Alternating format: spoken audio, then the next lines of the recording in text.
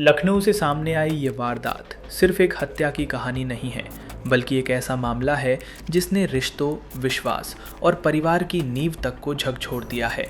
उत्तर प्रदेश की राजधानी लखनऊ के आशियाना इलाके में 50 वर्षीय कारोबारी मनवेंद्र सिंह की हत्या का खुलासा हुआ और इस जघन्य अपराध में गिरफ्तार किया गया उनका अपना 21 वर्षीय बेटा अक्षत प्रताप सिंह। पुलिस के मुताबिक ये घटना 20 फरवरी की सुबह हुई।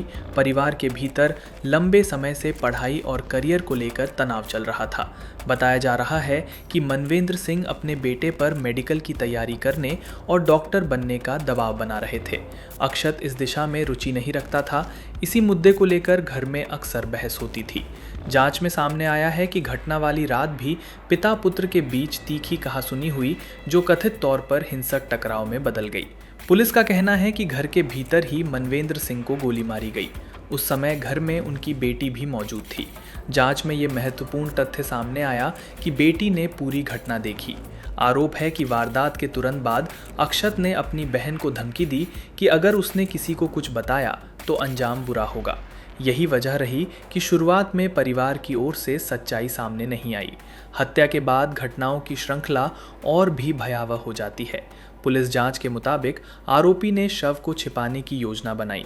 घर के भीतर खून के निशान पाए गए, जिन्हें साफ करने की कोशिश की गई थी। शव को तीसरी मंजिल से नीचे एक खाली कमरे में ले जाया गया। जांच एजेंसियों का कहना है कि इसके बाद शरीर के कुछ हिस्सों को अलग किया गया ताकि पहचान छिपाई जा सके और सबूत मिटाए जा सकें। घर के परिसर से एक नीले रंग के ड्रम में अवशेष बरामद हुए।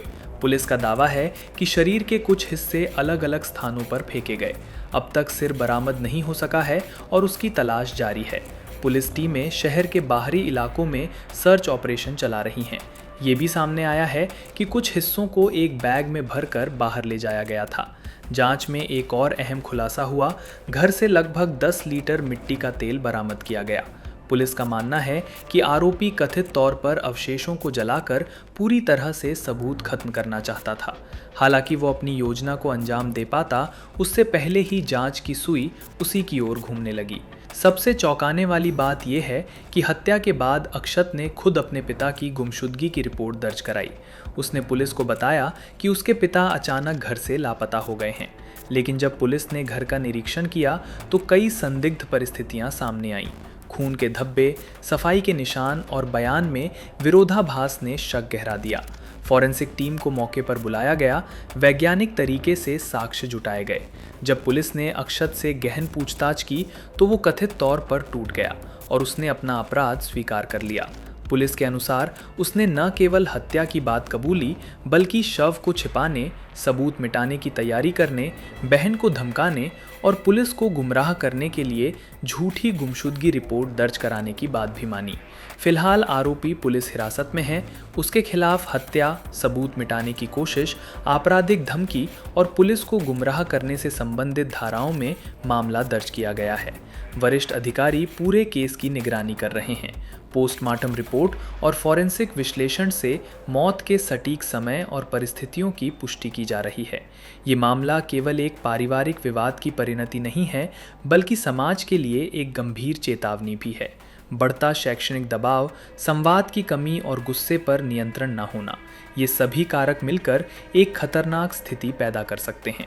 विशेषज्ञों का मानना है कि परिवारों में खुलकर बातचीत और मानसिक स्वास्थ्य को लेकर जागरूकता बेहद ज़रूरी है। लखनऊ की ये घटना अब न्यायिक प्रक्रिया के तहत आगे बढ़ेगी। पुलिस चार्जशीट तैयार कर रही है और अदालत में पेश करेगी।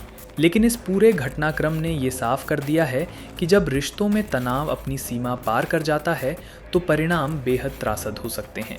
एक पिता जिसने अपने बेटे के भविष्य के सपने देखे, एक बेटा जो दबाव और गुस्से में टूट गया, और एक परिवार जो अब हमेशा के लिए बिखर चुका है।